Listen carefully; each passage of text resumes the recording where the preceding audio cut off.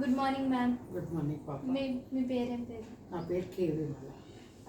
మీరు ఇప్పుడు ప్రస్తుతం ఏం జాబ్ చేస్తున్నారు?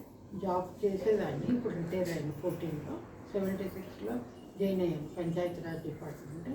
మా ఫాదర్ ఎక్స్పైర్డ్ అయితే అందులో అపాయింట్ చేసుకున్నారు జూనియర్ అసిస్టెంట్గా. లాస్ట్లో CEO ర్యాంక్ వరకు రిటైర్ అయ్యాను. ఫస్ట్ నుంచి clerical job, non teaching. Okay. మీరు చైల్డ్హుడ్ ఎట్లా స్పెండ్ చేసారు? చైల్డ్హుడ్ అంటే మా అమ్మకు తొందరగా పుట్టడం వల్ల మా మేనమామ దగ్గర పెరిగాను. తర్వాత మా పెద్దమ్మకు పిల్లలు లేదని అక్కడ ఉన్నాను. మా అన్నయ్య వాళ్ళు కూడా మ్యారేజ్ అయ్యే వరకు కూడా, మా ఫాదర్ ఎక్స్పైర్డ్ అయ్యే వరకు కూడా మా ఫ్యామిలీకి హెల్ప్ చేశాను.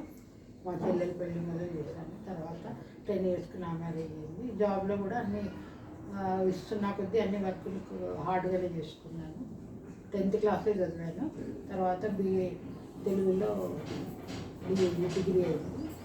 తర్వాత జాబ్లో కూడా ప్రమోషన్స్ వస్తే ఆ వర్క్ అంతా కూడా హార్డ్గానే చేసుకున్నాను. మీకు ఏమైనా స్ట్రగుల్స్ కానీ ఏమైనా ఉండేదా?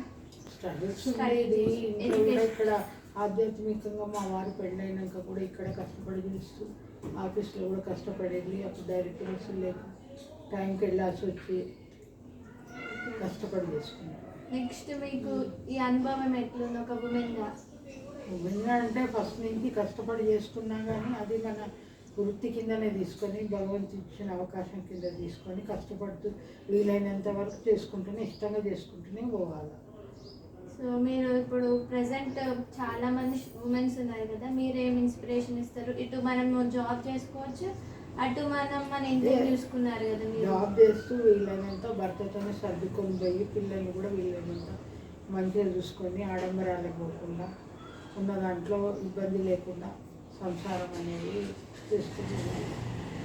మీరు ఎట్లా మేనేజ్ చేసేది ఇటు జాబ్ అండ్ ఇటు మళ్ళీ? జాబు ఆధ్యాత్మికంగా రాత్రి వరకు భక్తులతో గడపడం వల్ల నాకు అసలు రెస్ట్ ఉండేది కాదు. రాత్రి వచ్చి ఆయన కూడా రాత్రి వచ్చి అప్పుడు అన్నీ తిని పొద్దున్నే లేచి ఇరుకులు పరుగులు బస్సులకు పరిగెట్టుకుంటూ వెళ్ళడము, రెస్ట్ లేదని చేస్తాను. ఇప్పటికి కూడా నా లైఫ్లో రిటైర్ అయ్యాను 14 కానీ అసలు రెస్టే ఉండదు.